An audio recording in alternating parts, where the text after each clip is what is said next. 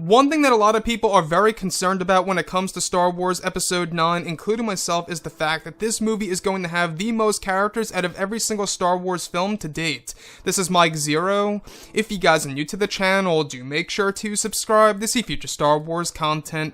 Now, a lot of people are really curious about the 8 new characters. Yes, 8 new characters coming into play here for Episode 9, and whether or not these characters are going to take away screen time from the important ones like Poe, Finn, Kylo, Rey, Luke, Lando, Leia, you know the drill, right? All those main characters in the sequel trilogy.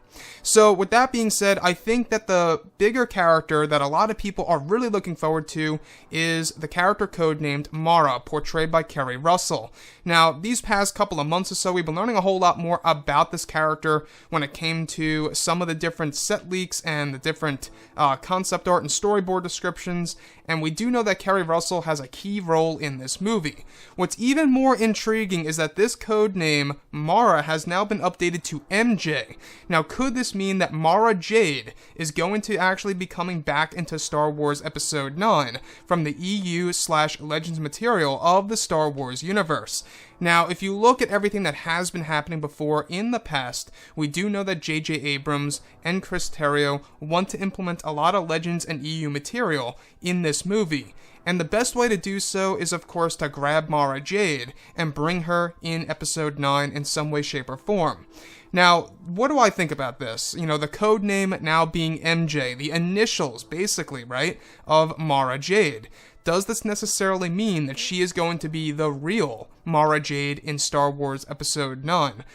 I'm gonna be a little honest here because I gotta say that if you look at Episode 9 as a whole, I feel like that Disney and Lucasfilm are just going to recreate their own version of Mara, and I think that's something that's not gonna, agree with a lot of fans. I don't think people are really going to accept that if that ends up happening. If you're going to bring back Mara Jade, the best way to do it is to bring back the character in its truest form and how the character was in the EU and Legends material.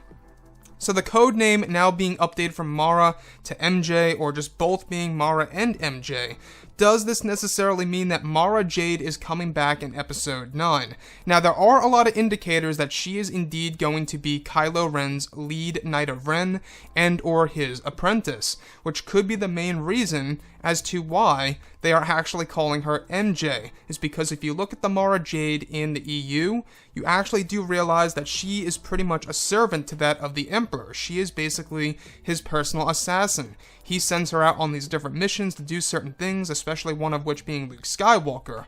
So you can see the parallels here if Keri Russell's character does end up being affiliated with Kylo Ren, and that's exactly why perhaps they would give her that code name of Mara/MJ in Star Wars Episode 9.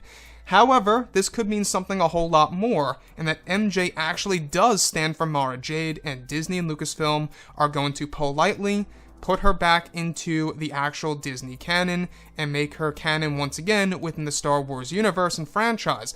Honestly, I think that's the way to go.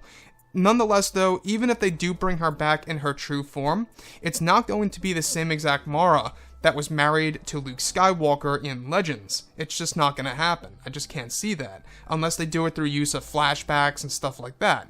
So, I don't know what's really going on here with the character of Mara. There is a lot of back and forth with this character. We do know that she is working with scenes with Daisy Ridley, Keri Russell. She's working with Daisy Ridley, Adam Driver, and others like John Boyega, Oscar Isaac, etc. throughout multiple scenes for this movie over at Pinewood and Cardington. So, it's really hard to tell if she's a villain, a hero, or an anti-hero.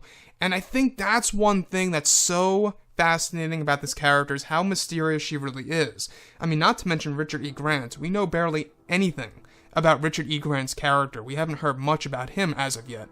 But as far as Mara's character goes, alright, I will say that we have heard that she sports this black armor. She holds this helmet that's very similar to that of the Knights of Ren's helmets. She does have her own swoop bike, her own speeder bike, if you will. It's sounding more and more like she's going to be a lead Knight of Ren that is going to be the quote-unquote new Mara Jade of Star Wars Episode 9 and in the Star Wars universe as a whole. But anyways guys, let me know what you think about all of this in the comments, and if you guys did enjoy the content for today, do make sure to drop a thumbs up on this video to support the channel. I thank you all so very much for the kind support, and I'll catch you guys next time.